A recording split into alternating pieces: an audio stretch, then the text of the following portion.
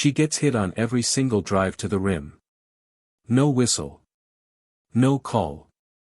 And she still keeps getting up, keeps scoring, keeps running an offense that nobody in this league has ever seen before. If you've ever been counted out, told you don't deserve your seat at the table, told your success isn't real, stay with me for the next few minutes, because what's happening to Caitlin Clark right now is about to feel very personal. Because here's the thing nobody's talking about. There's a number sitting inside the WNBA record books right now that should not exist. One player, ranked in the top 3 in scoring, and first in the entire league in assists, at the same time. Not since the stat sheet started keeping real numbers has anyone pulled that off. And by the time this video ends, you're going to understand exactly why some of the biggest voices in the league went quiet the moment her name came up. But first, if you've made it this far, you already care about this story more than you think. Hit that subscribe button right now, not because I'm asking you to, but because somewhere down this video there's a moment that's going to make you want to come back for the next one, and I don't want you to miss it. One tap. That's all it takes to make sure you're here when it happens. Let's start with the numbers, because the numbers don't lie, even when people do.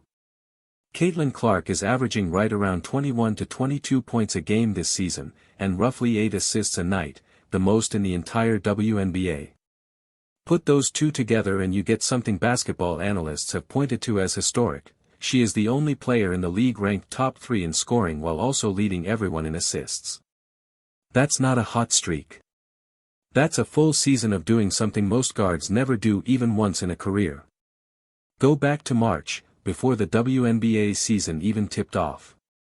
Team USA sent a roster to Puerto Rico for the FIBA Women's World Cup qualifying tournament.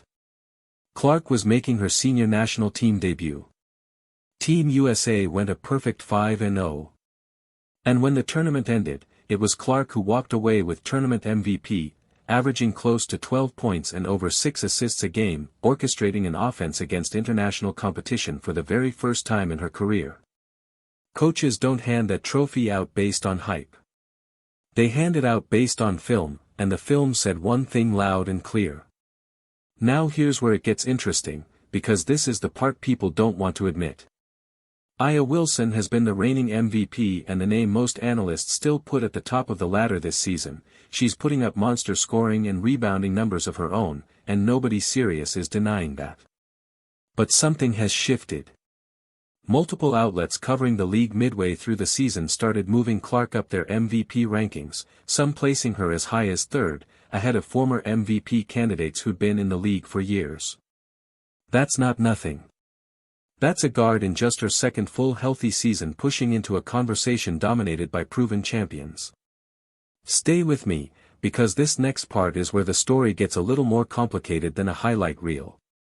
You've probably seen headlines about tension between Clark and Wilson. Here's what actually happened, because the internet loves to twist a moment into a feud. Back in 2024, Clark spoke openly in an interview about the privilege she carries as a white athlete in a league built largely by black players, and she said she wants to use her platform to help elevate the players who paved the way for her. Wilson didn't attack her for it. Wilson praised her. She called those comments powerful, and said it means something when a player in Clark's position speaks up in spaces she never expected to be welcomed into. Two of the most powerful women in the sport, saying something real, not fighting each other for headlines. If you came here expecting drama, I get it, but I'd rather give you the truth than a headline that falls apart the second you look closer. But if it's raw numbers you want, let's talk about what's actually undeniable. Clark ranks among the very best in the league in scoring while also owning the assists title outright, a combination no one else in the WNBA can claim this season. She's continued to break her own records almost every few weeks. Tracking sites dedicated entirely to her game log have flagged multiple new WNBA marks she's set just since the season began. And off the floor, Nike didn't wait around. Her signature shoe, the Caitlin Clark 1, is already out in the world, worn by her own teammates and gifted to fellow All-Stars, a rare honor for any athlete this early in a career, let alone in a league that's had to fight for decades just to get consistent TV coverage. Here's the part that should genuinely stop you for a second.